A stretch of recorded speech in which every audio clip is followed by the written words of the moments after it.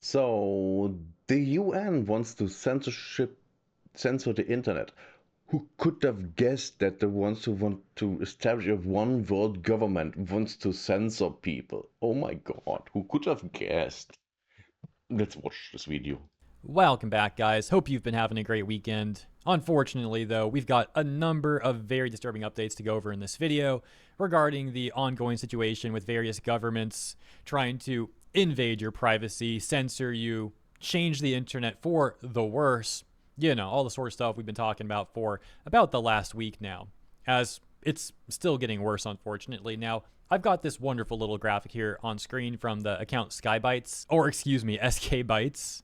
And this is just like a quick prologue of the stuff that's been going on leading up to this as a very, very brief recap. Then we'll get into all the new stuff, and I'll show you that in no specific order. I've got like 8 different things that, as Oh mentioned, are all Jesus. very disturbing. So before we get into that, let's just read this really quick. The graphic says George We can't get a break, can't we?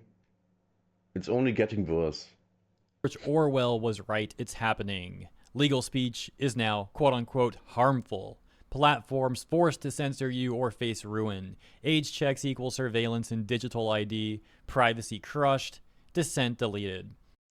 Yes, that's already happening in Germany for years. And it's getting worse and worse in the entirety of Europe. That's why they also hate Hungary so much, and even Poland, because they are, not in line with, what the EU wants, which is basically just, ruling over everyone with a tyranny, which literally is what they want. I mean, that's why they took the weapons away, and, surveillance is everywhere. There's a reason for that.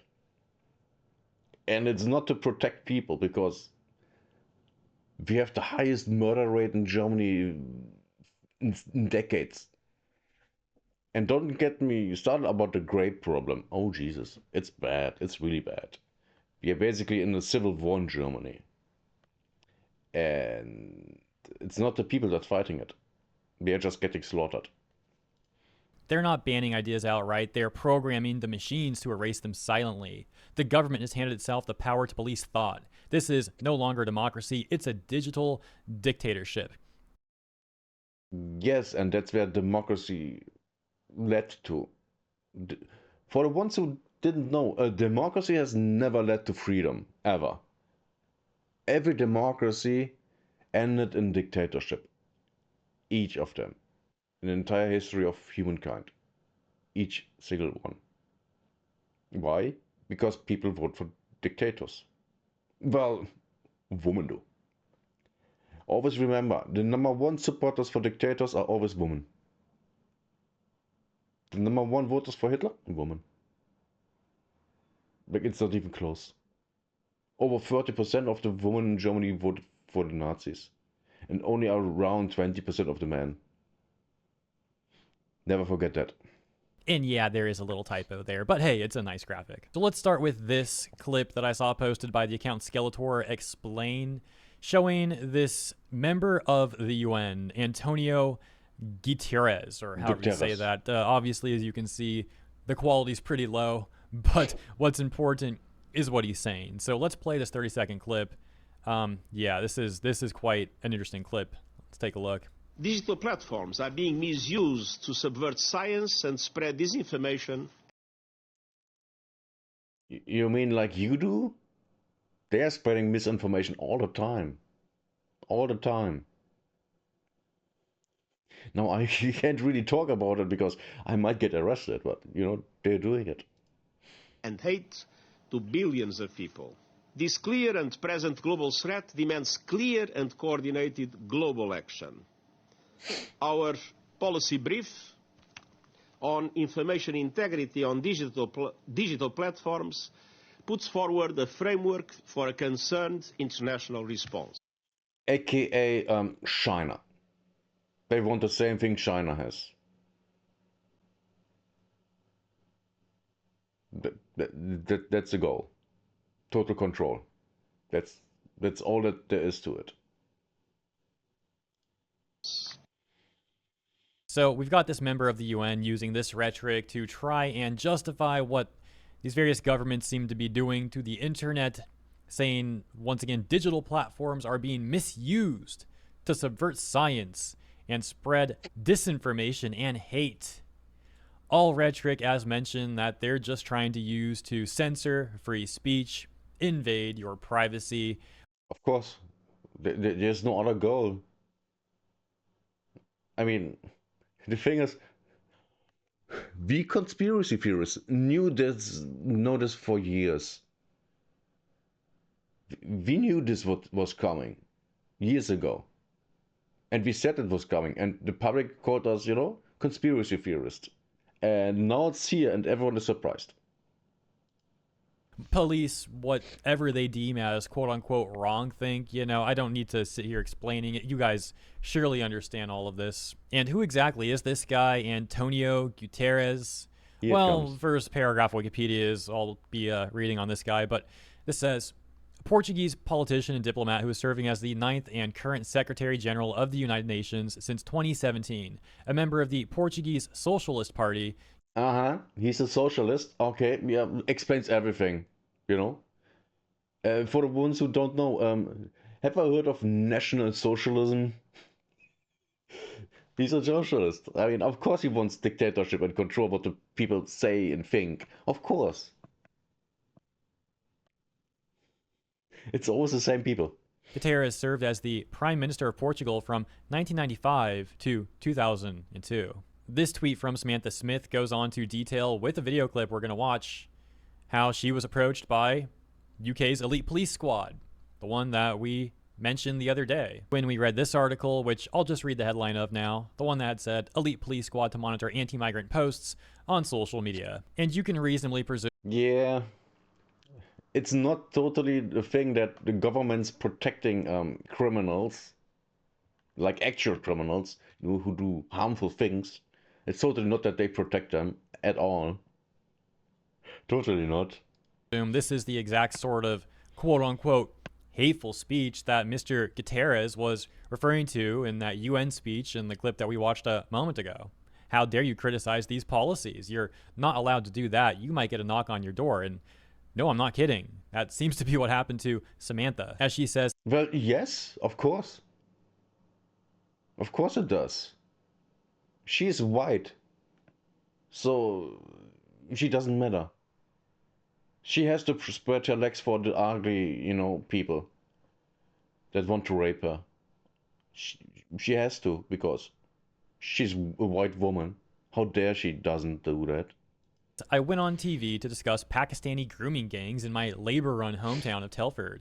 The next day, officers banged on my door, wanting to shut me up for exposing them. With the Online Safety Act now in force, no one is safe. If it happened to me, it can happen to anyone. I was on your show last Monday, same time practically. I came off, there was a fantastic response from the public. I was really, my heart was warmed by the support and outreach that I received from those that either didn't know what had been going on in Telford for decades. Up to 1,000 girls had been reported to have been abused by grooming gangs since the 1980s, or those that had no idea that it could potentially still be going on, and the scale. It's still going on, and it's not owing that town. It's not only the UK. It happens basically everywhere in Europe except for the East. I wonder why. Of police, council and social services failings. I went back home, I went back to Telford, and the next day around lunchtime 2 police officers banged on my door demanding that I speak to them about my interview. Really? So the police who have done nothing for the entire 3rd millennium to date suddenly were roused to activity by you going on television. Yeah, they told me that they... Imagine not arresting, people that force little girls into prostitution, but going after the girls. And you are the good guys. Yeah, sure. They had gone round to all of the addresses they had on file for me. They had gone to my previous home addresses, the different accommodations that I'd stayed at, looking for me, and eventually they located me. They hunted me down, they tracked me, banged on my door, not too different to when they're knocking on the door of a perpetrator, of a potential criminal. I was on FaceTime to my friend at the time, who said to me afterwards, "I genuinely thought you were going to get arrested from the way that they were talking to you." You would think that they would be protecting people who would be trying to expose these grooming. No, of course not. Of course not. They don't care about these girls. Of course not. They don't care. They only care about themselves looking bad or good. That's the only thing they care about. It's that simple. Gangs, right? Like, you would think the police should want to protect the people exposing them and go after them. But in some sort of twisted world, apparently they're trying to silence the people speaking out about that stuff. Of course, because they are the bad guys. You know the sketch of a British show where they were, German soldiers and the SS and on the East Front, and then, are we the baddies? It's the same thing. Yes, you are. They told me that, quote unquote, when you go on GB News and talk about grooming gangs in Telford, it's our duty to follow up with you. That's not actually true, is it? No. So the police are, among other things, lying to you. It's funny, I said to them at the time, it was funny that they did absolutely nothing to bring my accusers to justice, but when I went on national TV, my abusers to justice, but when I went on national TV and talked about the industrial scale of their failings and their inaction in bringing to justice the perpetrators of vile sex crimes in Telford, that they are suddenly spurred into action to come and knock on my door and intimidate me into silence. It's pretty pathetic. Of course, because they don't care about you. They care about saving their own neck. They don't care about you at all. And that's the best case scenario. Worst case, they hate you. These big butch coppers being so insecure that you going on TV and criticizing them can drive them into action that they otherwise haven't taken for decades. Do you know who actually ordered up this, I guess raid is the word for it? Good question. I have absolutely no idea. I know that it was two police officers from the CSE team that knocked on my door. They said they had been working for the force for a year and 6 months respectively, and they were, quote unquote, trying to make a difference. I don't... No way. As if it wasn't bad enough. I mean, that's just silly. What? I mean, let's hear that again. 6 months respectively. CSE team that knocked on my door. They said they had been working for the force for a year and 6 months respectively, and they were, quote unquote, trying to make a difference. Oh. So there were guys working for the forces for 6 months and trying to make a difference. Okay. I guess they can't because the old guys are all in it. I don't... No way. As if it wasn't bad enough. I mean, that's just silly. I mean, I can't believe that. Oh, we're trying to make a difference here. How dare you speak against this stuff? Yeah, You're not sure. helping anyone. We're the ones trying to make a difference. You got to be kidding me, dude. I don't know what difference they were making by going after a victim rather than the perpetrators, those that have been systematically using grooming. She did go into further detail about these crimes. Think of the worst imaginable stuff happening to innocent women and children. Had to cut and paste this again. Thanks for understanding. Yeah, you can't talk about it on YouTube. You get banned. And passing girls round, like, you know, like Well, for decades. Absolutely insane. Of course, there is so much that could be said about that. It is just vastly disturbing, and my apologies for having to cut some of that. You probably saw the disclaimers I put on screen for very brief portions of that clip. She, as mentioned, did go into further detail about these disgusting crimes. And yeah, just think of the worst possible stuff that can happen to women and children. And that's sort of stuff that she's talking about that they apparently don't want her talking about. Well, of course not, because they are likely customers. I wouldn't be surprised about that at all. Like, at all. And that takes us to the next part of the video. In the UK, the Office of Communications is getting more and more desperate, it seems. This account right here, Alex Armstrong, saying exposed. Ofcom, Office of Communications, are paying influencers to spread propaganda about the Online Safety Act in the UK. Who could have guessed? Of course they would do that. Why wouldn't they? It works. Orwell's 1984 isn't just here, it's in full motion.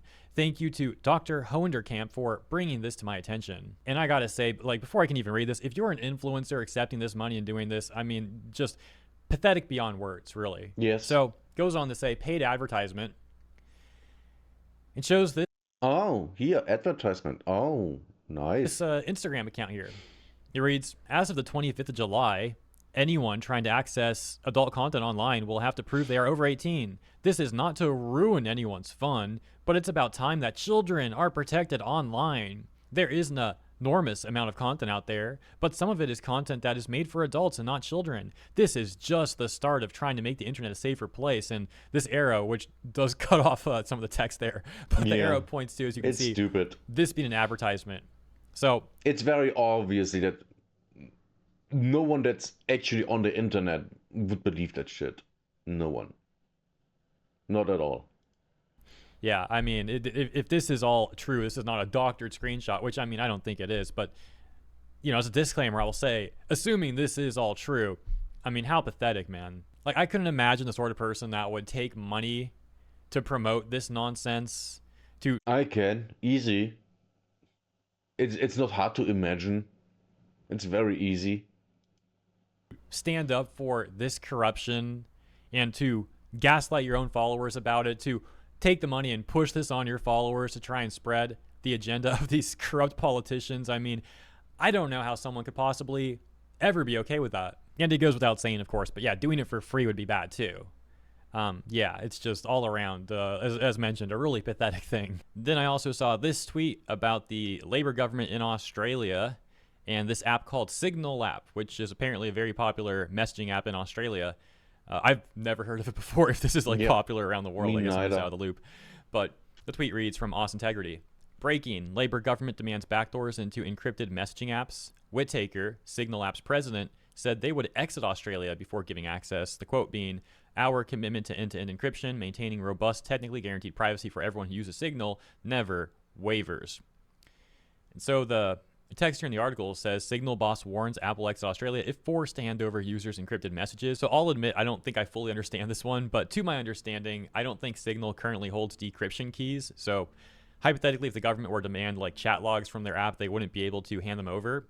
And this would mean that the government wants them to redesign the app in a way where they create this backdoor access that they would then give the... You, by the way, have those backdoors also in Microsoft OS.